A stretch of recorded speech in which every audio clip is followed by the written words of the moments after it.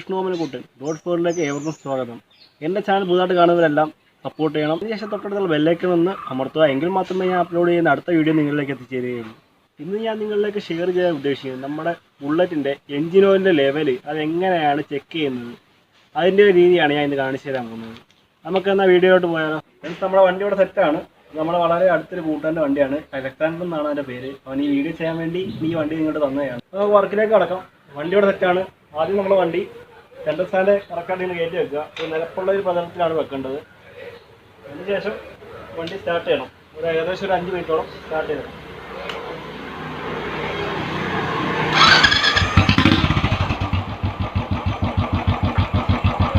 ഏകദേശം ഒരു 5 മിനിറ്റോളം സ്റ്റാർട്ടായി കിടക്കണം.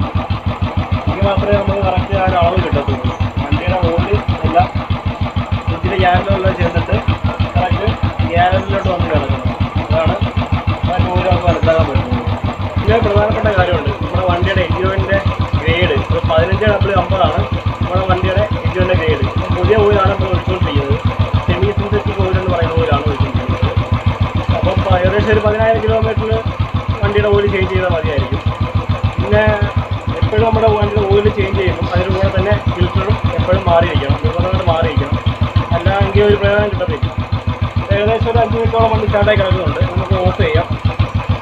നമ്മുടെ വണ്ടി ഓഫ് ചെയ്ത് ഏകദേശം ഒരു 5 മിനിറ്റ് കഴിയുമ്പോഴാണ് നമ്മൾ ഈ ഓയിലിൻ്റെ ലെവലും കാര്യങ്ങളൊക്കെ ചെക്ക് ചെയ്യുന്നത്. നമ്മൾ ഇവിടെ ഈ വിൻഡോയിൽ കൂടിയാണ് ഓയിൽ ചെക്ക് ചെയ്യുന്നത്. ഇവിടെ വിൻഡോ കാണാം. ഇതിനകത്ത് മിനിമം മാക്സിമം 2 മാർക്കിങ് കൊടുത്തേ പോകുന്നുണ്ട്. ഇതുവഴി നമുക്ക് ഓയിൽ ഇപ്പോൾ കാണാൻ പറ്റുന്നുണ്ടോ എന്നറിയില്ല. ഏകദേശം ഇപ്പം കാണാൻ പറ്റുന്നുണ്ട് ഓയിൽ. മിനിമത്തിൻ്റെ മാക്സിമത്തിൻ്റെ ഇടയ്ക്കായിട്ടാണ് ആ വിൻഡോയിൽ ഓയിൽ നിൽക്കുന്നത്. എൻ്റെ ഇന്നത്തെ ഈ വീഡിയോ ബുള്ളറ്റുള്ള എല്ലാവർക്കും ഉപകാരപ്പെടുമെന്ന് ഞാൻ വിശ്വസിക്കുന്നു. വീഡിയോ ഇഷ്ടപ്പെട്ടെങ്കിൽ എല്ലാവരും ലൈക്ക് ചെയ്യുക. പിന്നെ നിങ്ങളുടെ വിലപ്പെട്ട നിർദ്ദേശങ്ങളെല്ലാം കമൻറ്റ് ചെയ്യുക. നമുക്ക് വൈൻഡപ്പ് ചെയ്യാൻ ടൈം ആയിരിക്കുകയാണ്. ഓക്കെ.